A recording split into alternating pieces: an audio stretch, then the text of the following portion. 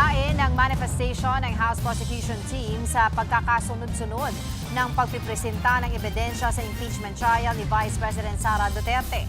Magpapatuloy po mamaya paglilitis sa bise. Nakasaad sa manifestation na mag-alternate o salitan ang prosekusyon at depensa sa pagpepresenta ng ebidensya at testigo depende sa article.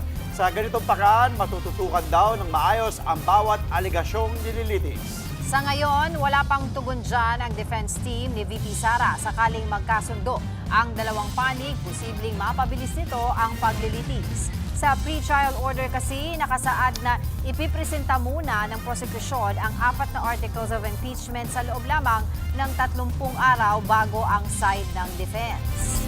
Hopefully, kung mag-agree din yung respondent, then we will expect an order from the presiding officer either tomorrow or today to grant the said agreement.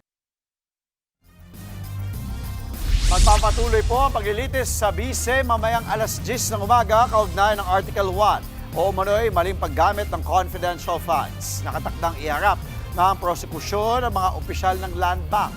Pinasampi na rin ang House Legislative Archives and Museum Management Service Chief na si Marivic Pareha.